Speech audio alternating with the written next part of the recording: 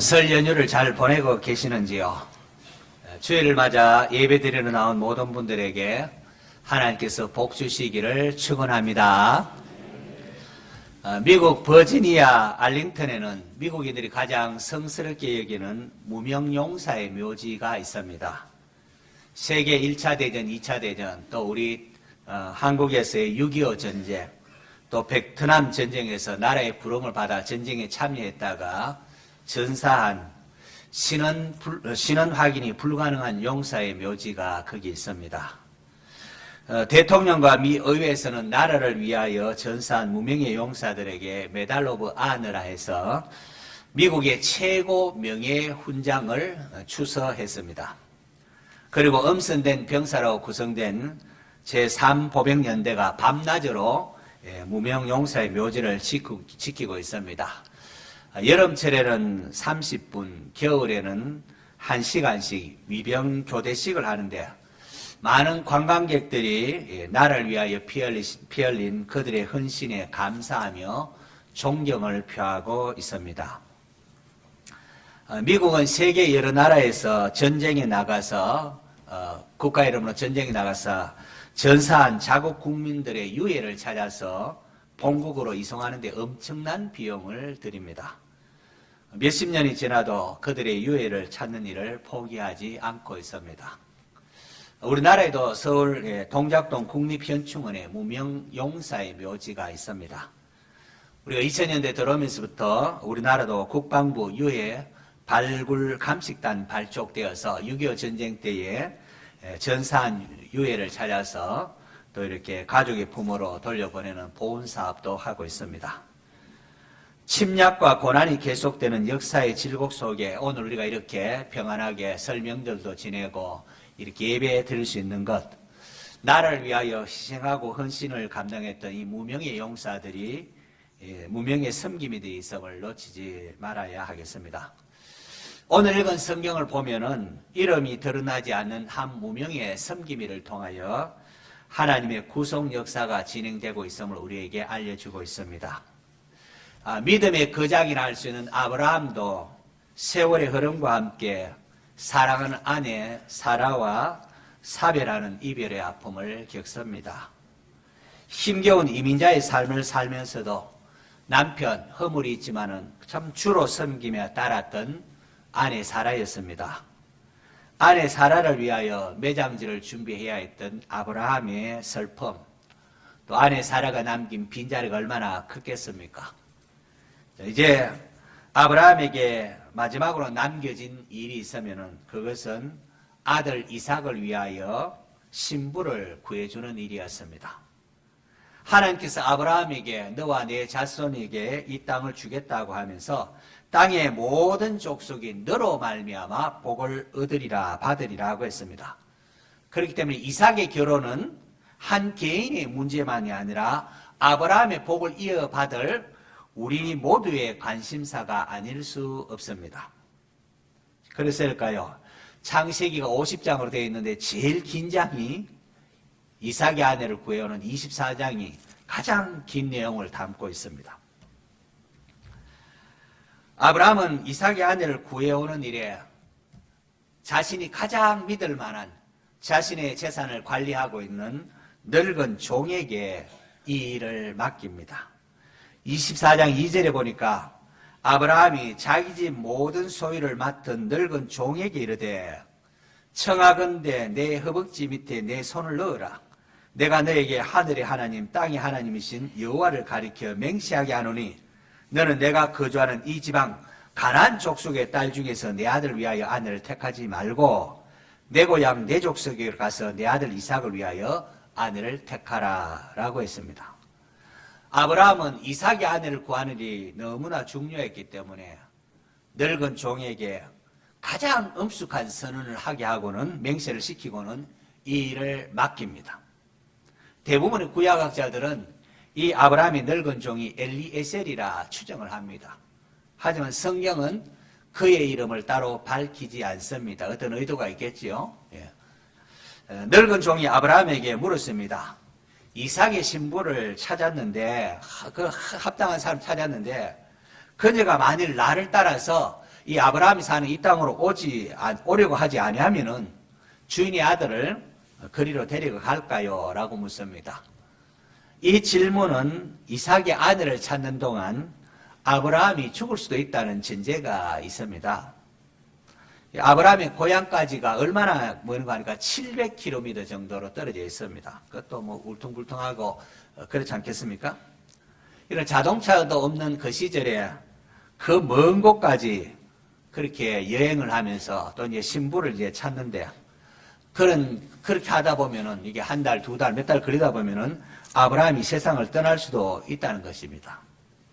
메소포타미아 하라는 당시에 문화적으로나 상업적으로 대단히 번창한 도시였습니다. 그래서 아브라함이 여호와의 말씀을 따라 갈대아 우르를 떠나 가나안으로 오려고 할 때에 오죽 있으면 아버지 데라가 하란에서 우리 여기서 장사해야 되겠다 하면서 머물렀겠습니까? 결국 아브라함은 아버지 데라가 죽은 후에야 하란을 떠나서 가나안으로 오지 않았습니까? 자, 그러니까 이 아브라함의 종의 말은 하란과 같이 이렇게 문화가 발달한 대도시에 사는 여자가 이 가나안 땅까지, 이 척박한 가나안 땅으로 시집을 오겠느냐, 이 시골에 오겠느냐, 그런 거죠. 그것도 얼굴을 한 번도 보지 못한 상태에서 이 늙은 종의 말만 믿고 나서겠는가 하는 겁니다. 그렇게 만약에 여자가 오지 않으려고 하면 참 이삭의 아들 합당해 보이는데 이 여자가 오지 않으려고 하면은 차라리 주인의 아들을 거리로 데려가면은 어떻게 했느냐 물은 거죠. 그때 아브라함은 단호했습니다. 7절 이하에 보니까 하늘의 하나님 여호와께서 나를 내 아버지 집과 내 고향 땅에서 떠나게 하시고 내게 말씀하시며 내게 맹세하여 이르시기를 이 땅을 내 씨에게 주리라 하셨으니 그가 그 사자를 너보다 앞서 보내실지라 내가 거기서 내 아들을 위하여 아내를 택할지라 만일 여자가 너를 따라오려고 하지 아니하면 나의 이 맹세가 너와 상관이 없나니 오직 내 아들을 데리고 그리로 가지 말지니라고 합니다. 아브라함은 자신의 살아온 삶을 통하여 하나님이 어떠한 분이신지 늙은 종에게 가르쳐주고 있습니다. 하나님은 여호와 이레로 우리의 앞길을 인도하시는 분이시다라고 늙은 종에게 말하고 있는 거죠. 자, 오늘 저와 여러분이 설명절 만나서 친척을 만나거나 주위 분들 만날 때에 하나님을 어떠한 분이시라고 여러분 소개하고 있습니까? 여러분이 믿는 하나님은 인색하고 매정한 하나님입니까? 아니면은 은혜가 풍성한 하나님이십니까? 여러분, 신관이 잘못되면 우리 신앙이 완전히 엉터리 신앙이 될 수가 있어요. 신관이 잘못되면은 그의 신앙은 완전히 잘못된 신앙에 빠지고 맙니다. 하나님은 우리에게 자유와 기쁨을 주시는 분이십니다. 결코 우리를 억압하거나 강제하시는 분이 아니십니다. 이것은 여러분이 순종해 보면은 압니다. 하나님을 내 인생의 최우선순위로 두고 하나님의 말씀에 순종하면은 하나님께서 우리에게 자유를 주시고 평안을 주신다는 것을 여러분이 알게 될 것입니다. 진리를 알지니 진리가 너희를 자유롭게 하리라고 했습니다. 이것을 여러분이 경험할 수가 있습니다. 하나님을 내 인생의 최우선으로 두고 주님의 말씀에 순종하면은 하나님 우리를 억압하시는 분이 아니라 우리의 자유를 존중하고 우리의 의견을 존중하는 분입니다. 만약에 하나님이 인색하고 매정하신 분이라고 생각한다면은 그것은 하나님이 그런 분이 아니라 사실은 내가 육신의 정욕, 안목의 정욕, 이생의 자랑에 사로잡혀 있기 때문에 그렇습니다. 내 주장이 내 뜻이 옳은 줄 알고 그렇게 거기에 사로잡혀 있기 때문에 그렇습니다. 아브라함은 그의 종에게 이삭의 아내를 구하는 중요한 임무를 맡기며 우리 하나님은 우리의 길을 인도하시는 여호와 이레이시라고 그렇게 간증을 했습니다. 우리가 맡겨진 사명을 감당할 때에 하나님께서 앞서 모든 일을 준비하신다는 겁니다. 할렐루야. 물론 이것이 내 방식대로 된다는 말이 아닙니다. 하나님 우리보다 월등히 지혜로우신 분 아닙니까? 그렇기 때문에 어떻게 이끄시든 간에 전능하신 하나님 모든 것이 합력하여 선을 이루시는 분이심을 우리에게 말하고 있는 거죠. 아브라함의 종은 이러한 아브라함의 명을 따라서 이삭의 아내를 구하는 사명을 이제 감당을 합니다. 그는 사명을 감당할 때 먼저 기도함으로 이 일을 진행을 합니다. 아브라함의 종이 주인의 낙타 중에 열필에다가 각종 좋은 것을 싣고는 메소포타미아로 갑니다. 가서 아브라함의 동생 나홀이 사는 하란의 그 성에 이르렀습니다. 때가 저녁입니다. 여인들이 물길러러 나올 때입니다. 그때 아브라함이 늙은 종의 모습 보면은 오늘 본문 12절에 보면은 기도합니다. 그가 이르되 우리 주인 아브라함이 하나님 여호와여 원하건대 오늘 나로 순조롭게 만나게 하사 내 주인 아브라함에게 은혜를 베푸시옵소서. 놀랍게도 아브라함의 종의 모습에는 자기를 높이거나 드러내려고 하는 게 전혀 없습니다. 온통 주인 아브라함을 높입니다. 하나님께 기도하면서 내게 은혜를 베푸소서라기보다는 내 주인 아브라함에게 은혜를 베푸시옵소서라고 하면서 철저히 종된 자신은 숨기고 자기의 주인 아브라함을 높이고 있습니다. 그는 하나님께 기도하기를 이제 성중에 딸들이 물길러로 많이 나올 테인데 내가 한 소녀에게 너는 물동이를 기울여 나를 좀 마시게 하라 그렇게 할 테인데 그때에 나그네인 나에게 물을 마시게 할 뿐만 아니라 낙타들에게도 마시게 하리라고 하면은 그는 주께서 주의 종 이삭을 위하여 정하신 자라 이로 말미암아 주께서 내 주인에게 은혜를 베푸심을 내가 알겠나이다 라고 했습니다. 사실 나그네에게 물을 대접하는 것은 어느 정도 예의가 있는 소녀라면은 그렇게 할 수가 있습니다. 그러나 낙타들에게까지 물을 마시게 한다는 것, 이건 얘기가 상당히 다릅니다. 그 먼 거리를 여행한 낙타, 통상 물을 마시면 한 낙타가 한 95리터 정도 마시라고. 엄청난 양을 낙타가 물을 마십니다. 그러니까 10마리의 낙타에게 물을 마시려고 한다는 것은 굉장한 시간과 노동력이 소요가 됩니다. 이건 정말로 나그네를 긍휼히 여기는 마음, 체면으로 이렇게 하는 게 아니라 정말로 나그네를 긍휼히 여기는 마음과 심성까지도 돌봐주는 그런 넓은 심성을 가진 자라야만 그렇게 할 수 있는 겁니다. 아브라함의 늙은 종이 그렇게 기도하기를 마치자 남자를 가까이 하지 아니한 아름다운 소녀가 우물로 내려가서 이렇게 물동이에 물을 채우고 나옵니다. 그래서 이제 종이 달려가서 청하건대 그 물동이에 물을 내게 조금 마시게 하라라고 합니다. 그러니까 놀랍게도 그 소녀가 내 주여 마시옵소서 하고 급히 그 물동이를 손에 내려 마시게 하고는 물을 다 마시자 내가 당신의 낙타를 위하여도 물을 길러서 그들로 배불리게 마시게 하리이다 하면서 물동이에 물을 부여 붓고는 또 내려가서 다시 우물로 가서 물을 길러옵니다. 아브라함의 늙은 종이 그 소녀에 대해서 알아보니까 놀랍게도 아브라함의 동생 밀가가 나홀에게서 낳은 아들 버두엘의 딸이었습니다. 이에 아브라함의 종은 자신의 기도가 응답된 줄 알고는 머리를 숙여 여호와께 경배합니다. 이런 기도로 시작하고 자신의 기도에 응답하신 하나님께 감사하며 경배하는 이 종의 모습 얼마나 아름답습니까?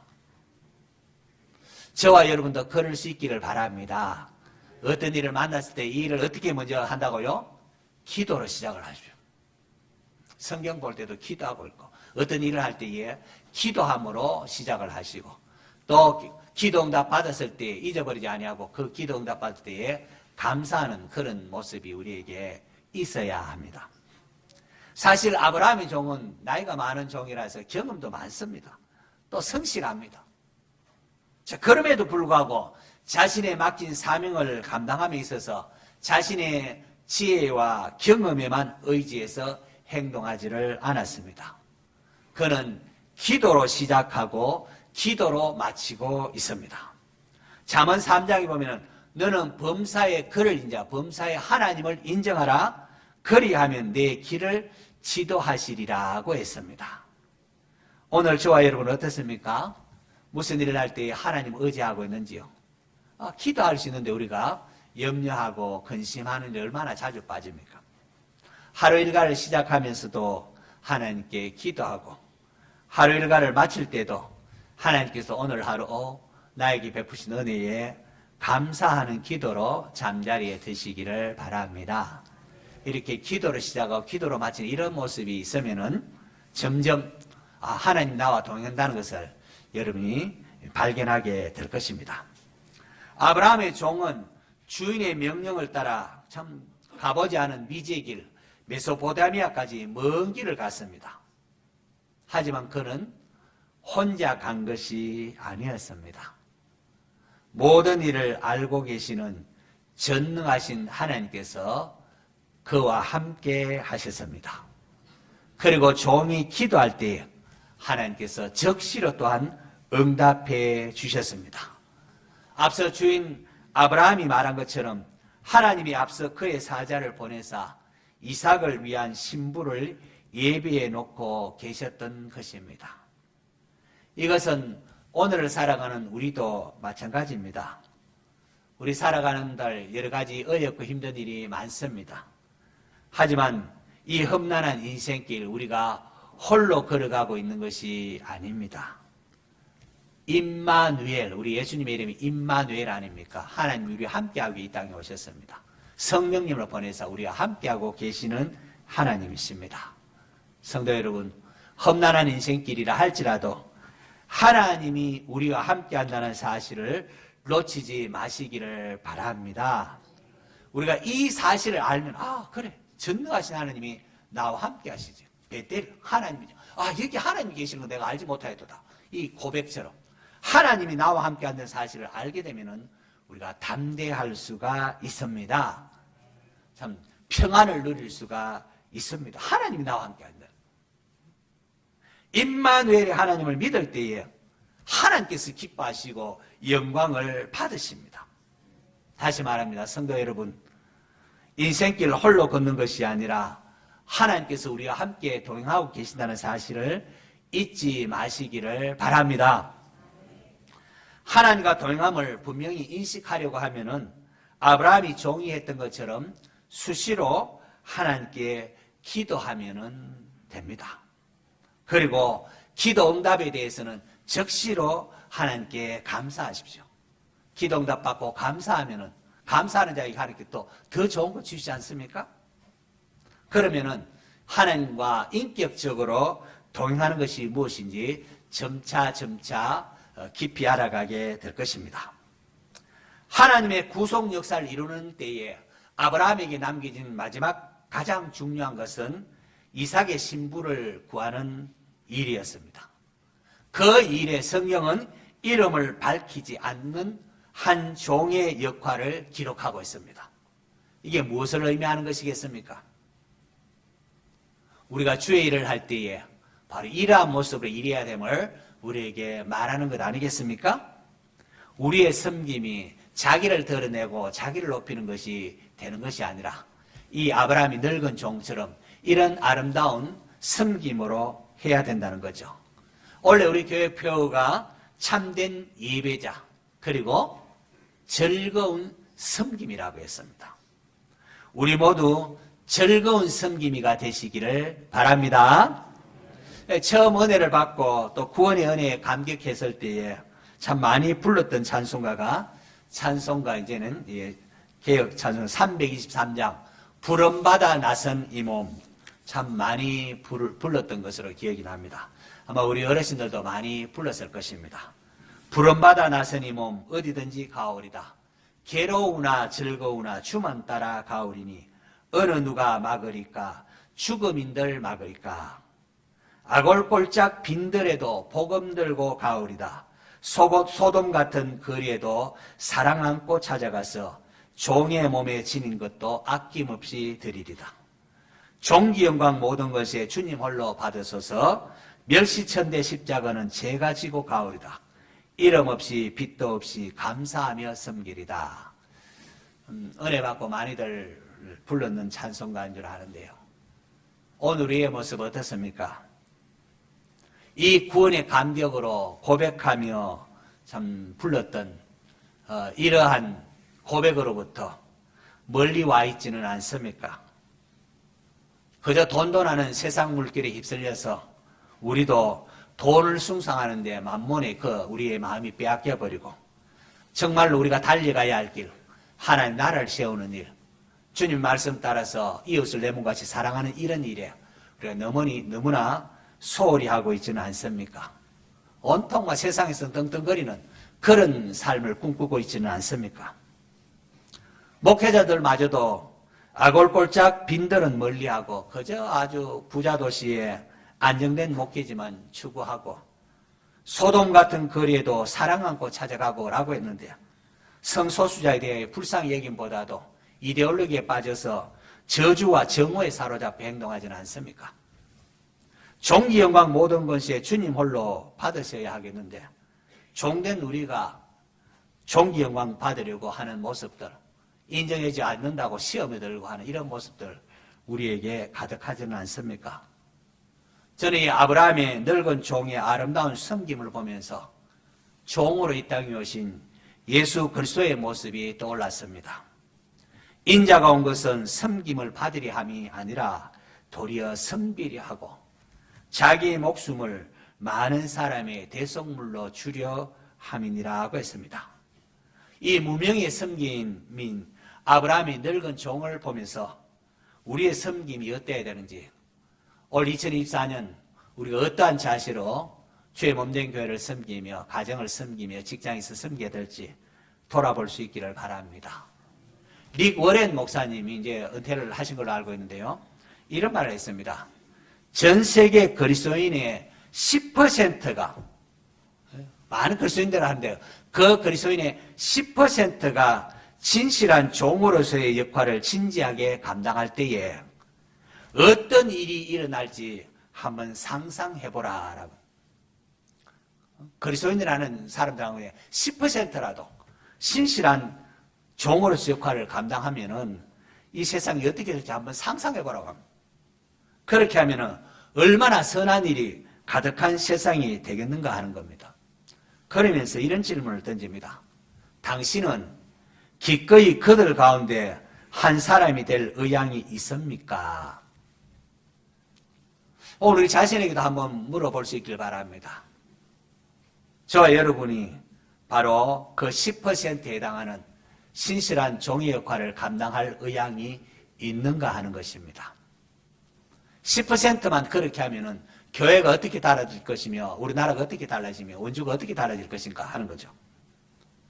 성도 여러분, 세상에서도 무명용사의 묘지를 만들고 최고의 메달을 수여하면서 국가가 당신을 잊지 않는다 그렇게 한다면은 우리 하늘 아버지는 어떠하시겠습니까? 하늘나라는 어떻게 대우해 주겠습니까? 예수님께서 작은 자 중 하나에게 냉수 한 그릇이라도 주는 자에게 내가 진실로 너에게 이르노니 내가 아멘 너에게 이르노니 그 사람이 결단코 상을 잃지 아니하리라고 했습니다. 세상에서는 무명용사를 기억하지 아니하고 국가가 또 잘 살지 못해서 제대로 보상도 못 해주는 일이 있을 수 있겠지만 하늘나라는 그렇지 않다는 겁니다.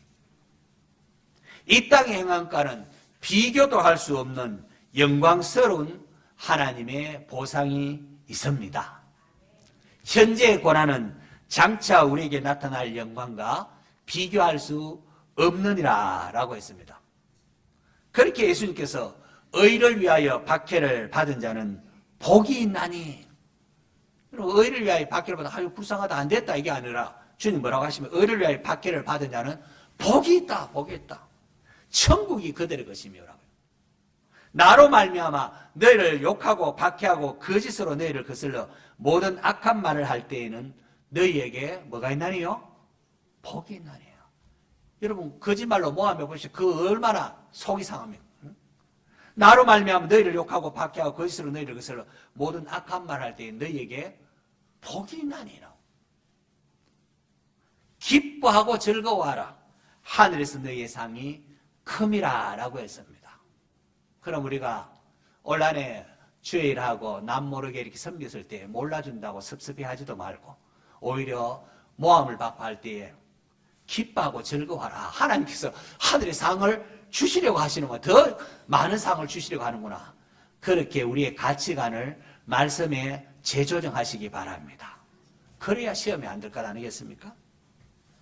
성도 여러분, 우리는 약속의 자손 이삭의 결혼이 어떻게 진행되는가를 오늘 말씀을 통하여 살펴보았습니다. 여기에는 자신을 드러내지 않았던 무명의 한 종의 헌신과 기도가 있었습니다. 하나님께서 이러한 무명의 종의 기도에 응답하심을 통하여 하나님의 구속 역사를 이루어 가셨습니다. 올 한해 우리도 그렇게 할 수 있으면 좋겠습니다.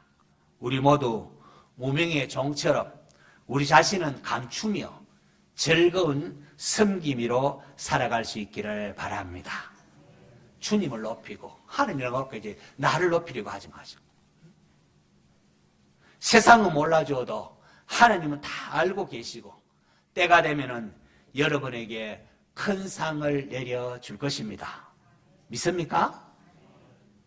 여러분의 숨은 헌신과 기도를 통하여 가정과 교회가 평안과 기쁨이 넘치는 은혜의 역사가 일어나기를 주의 이름으로 또한 축원합니다.